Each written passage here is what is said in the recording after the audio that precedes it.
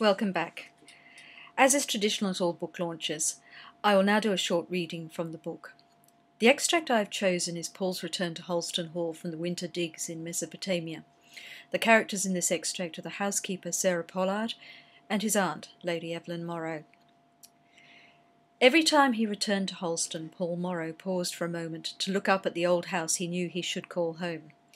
The familiar weathered stone walls of the medieval house, pierced with mullioned windows, slumbered peacefully in the summer sun. It still felt no more home to him than it had when he first saw it 20 years ago. He straightened his shoulders, hefted his suitcase in his right hand, and strode across the bridge over the moat. Sarah Pollard waited at the door, her face wreathed in smiles. "Hello, Sarah." "I heard the car," she said. "It's good to have you home, sir." A normal response would be, "It's good to be home." But Sarah knew him too well to expect such a response. He smiled and kissed her on her forehead, a gesture that would have appalled his aunt. "Lady Morrow's in the parlour," Sarah said, and Paul nodded in acknowledgement. Striding across the stone flags of the great hall towards the living rooms of the house, the sound of his boots echoed in the silence, betraying the slight unevenness of his stride. His aunt sat at her writing bureau, spectacles perched on the end of her nose. He knew she would be here without Sarah telling him. Lady Evelyn Morrow always wrote letters from 2 to 3 in the afternoon. "Hello, Evelyn," he said. His aunt started, turning abruptly on her seat and removing her glasses as he entered the room. "Paul!" She rose to her feet, still as slender and elegant as she had been the day he had first met her.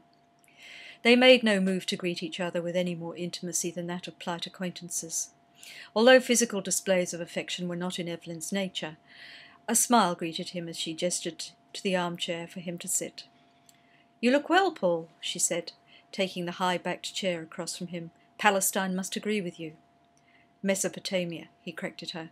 She frowned and said more to herself than to him. "Why did I think it was Palestine?" "I was in Palestine last season," Paul said. "Of course, I lose track.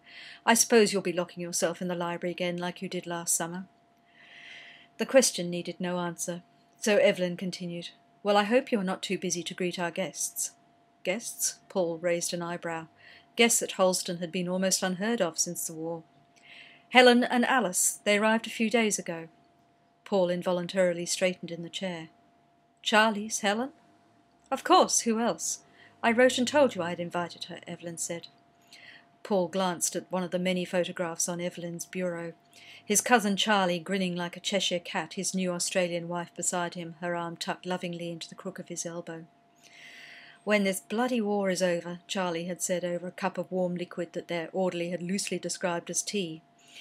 "I can't wait to bring Helen to England. You'll like her. She's not like any of those hothouse roses you'll find in Ma's dressing room. She's got real spirit, Paul." After Oxford, Charlie had been smitten with wanderlust and sailed for adventure in Australia. Paul couldn't remember what had thrown Charlie into Helen's path, but in his letters to Paul he had told him it had been love almost at first sight. He had married her within 6 months. Charlie had always acted on impulse. Sir Gerald and Lady Morrow had been incandescent with rage. Charlie had shown him some of the letters that had passed between them at the time. Paul had been spared the family hysteria by an absence on a rather boring army posting in Wales that was interrupted only by the outbreak of war. On one of Paul's rare visits back to Holston, it had been clear that there had been no anticipation on the part of his uncle and aunt that the marriage would have lasted. Charlie's parents expected him to return to Holston unencumbered by inconvenient colonial wives. Whatever the long-term prospects, the marriage had outlived Charlie, and now Helen and her daughter were another of his responsibilities. Responsibilities he would have preferred to have stayed in Australia.